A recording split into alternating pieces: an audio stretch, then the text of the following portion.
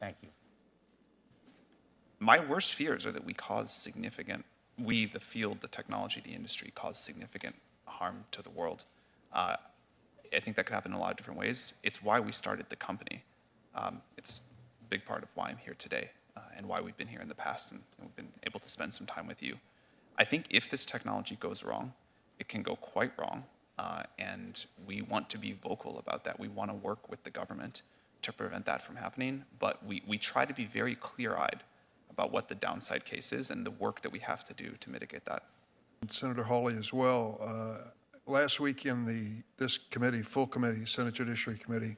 It's one of my areas of greatest concern, the more general ability of these models to manipulate, to persuade, to provide sort of one-on-one, interactive disinformation.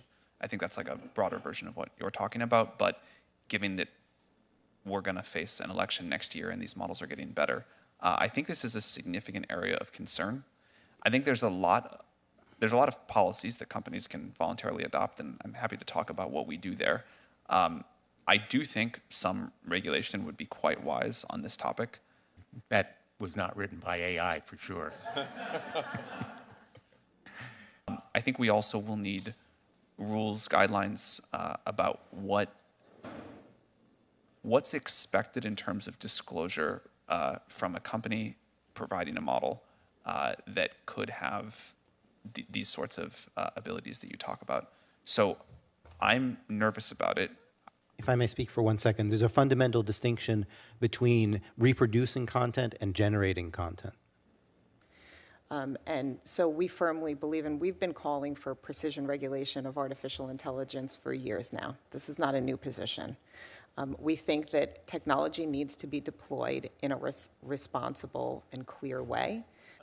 Senator Booker is next, but I think he's going to defer to Senator Ossoff. We are quite concerned about the impact this can have on elections. I think this is an area where hopefully the entire industry and the government can work together quickly. Do you agree, Mr. Alderman, that these tools you're creating should be licensed? Yeah, we've been calling for this. We think any...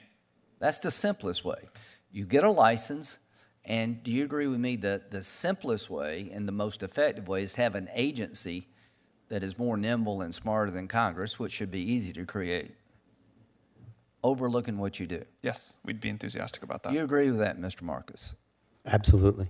Where I think the licensing scheme comes in is not for what these models are capable of today, because as you pointed out, you don't need a new licensing agency to do that.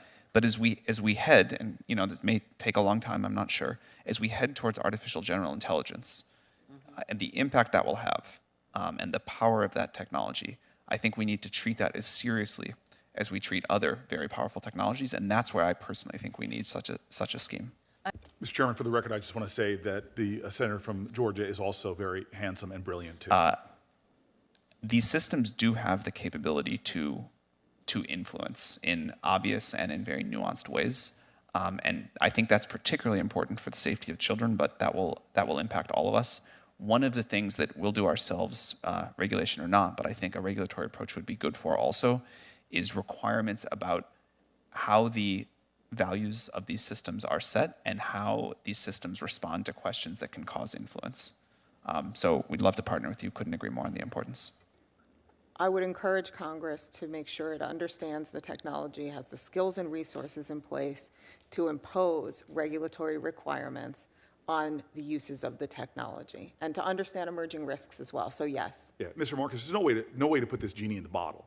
Globally, it's exploding. I appreciate your thoughts, and I shared some with my staff about your ideas of what the international context is. But there's no way to stop this moving forward.